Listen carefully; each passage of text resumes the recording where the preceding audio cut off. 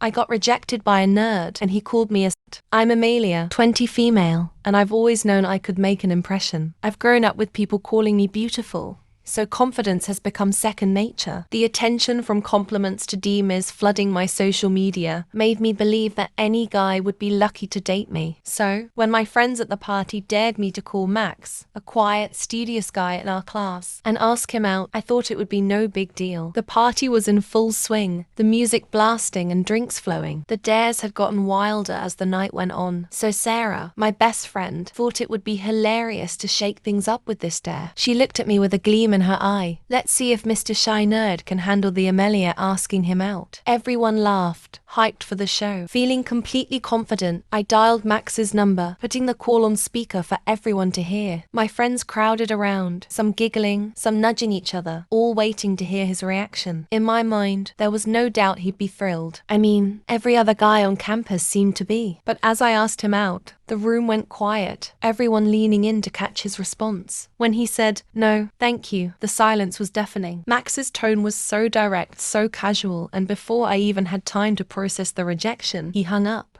There was a moment of disbelief before the room exploded into laughter. It wasn't playful laughter either. It was relentless teasing, the kind that stung. Wow, Amelia, rejected by Max. Who knew nerds had that kind of nerve? One friend taunted, pretending to wipe away tears from laughing too hard. Sarah smirked. Guess Mr. Nerd doesn't think you're as irresistible as you thought. I tried to brush it off with a laugh, but it was clear they weren't letting it go. All night, my mind replayed the call. The way he didn't hesitate to say no. The casual tone of his voice, the way he hung up without a second thought. It gnawed at me. I'd never been rejected by a guy before, and the sting of it left me reeling. I was used to being the girl everyone noticed, the one guys lined up to date. Rejection wasn't something I'd ever faced, let alone from someone like Max, who barely spoke to anyone. It was almost unthinkable. What had gone wrong? I couldn't let it go. The next day, I spotted him on campus. And without even thinking, I walked up to him. We were alone, and I had no audience, but I needed to know. Hey, Max, why did you say no? I asked, trying to keep my tone light and casual, even though the question burned inside me.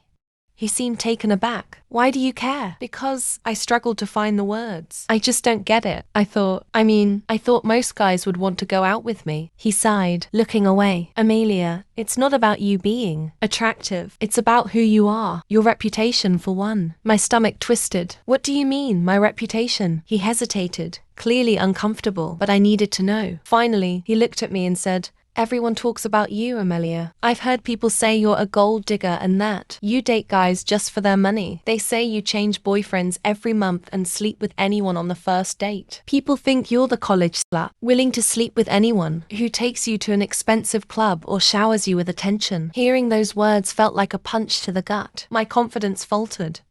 People think I'm a gold digger? I managed to say, trying to keep my voice steady. Max nodded. Yeah, they do. And honestly, I don't want to be just another guy you toss aside. I don't want to be part of that. I felt a pang of embarrassment, but I pressed on, desperate for more answers. What else do they say? He sighed, glancing around to make sure no one could overhear. Look, Amelia, it's not just that. There's a rumor going around that you hooked up with the entire football team after the big game last year. That's not true. I snapped, my cheeks burning. I was dating one of the players, yes, and we celebrated that night. But it was just the two of us. He shrugged, clearly indifferent to my defense. Well, that's not what people think. There's even a photo going around of you making out with him at a party. So yeah, people assume the rumors are true. Hearing all of this felt like a nightmare. I'd always thought the attention I got was admiration or envy, but this was something entirely different. I felt exposed, humiliated, and betrayed. The weight of the rumors crushed me, making me feel small and worthless. I tried to maintain my composure, but inside I was spiraling. I had been living a life where my beauty and charm were my greatest assets. But now it felt like those same traits had turned into chains, binding me to a reputation I never wanted. How could I have been so blind to how others perceived me? I realized that the fun and flirtation I'd enjoyed were now being twisted into something dark and malicious. It wasn't just Max's rejection. It was the realization that my actions had consequences beyond what I could see. After our conversation, I spent the rest of the day in a daze, replaying everything Max had said. My reputation. Rumors about me being a gold digger. The photo. The football team rumor, it all weighed heavily on my mind. I couldn't believe this was how people saw me. Sure, I'd had fun with a few guys in the past year 8, to be exact. And yes, I'd slept with some of them. But I didn't see myself as the person everyone thought I was. For the first time, I began to question everything. The choices I'd made, the way I'd let myself get wrapped up in the attention. Was this all people thought I was? Just a hot girl who used guys for fun, money, or status? I withdrew from my friends and stopped going to parties. I started to see how shallow my social circle was, full of people who only cared about appearances and status.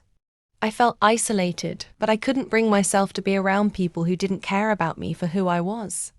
A week later, I bumped into Max again, and this time, he looked at me with a hint of pity. I'd been avoiding everyone, even my friends, but seeing Max reminded me of everything he'd said, and I felt the need to thank him. "Max," I said, stopping him in the hallway. "Thank you.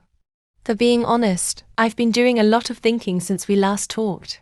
He nodded, offering a small smile. "I'm glad. I didn't mean to hurt you, Amelia. I just thought you should know."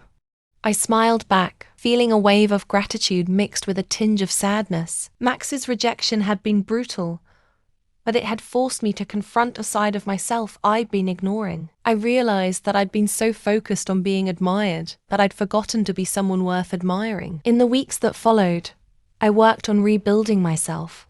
I cut off the people who didn't add value to my life and began focusing on my own growth. I joined clubs, picked up new hobbies, and, for the first time, prioritized things that didn't involve attention from guys or social validation.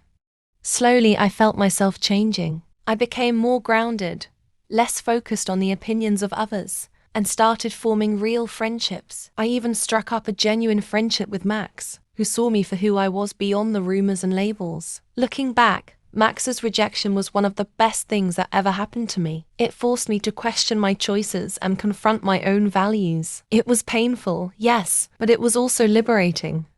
I may have lost the shallow reputation I once had, but I gained something far more valuable, a sense of self-worth that wasn't dependent on the opinions of others. And for the first time in my life, I felt truly at peace with who I was.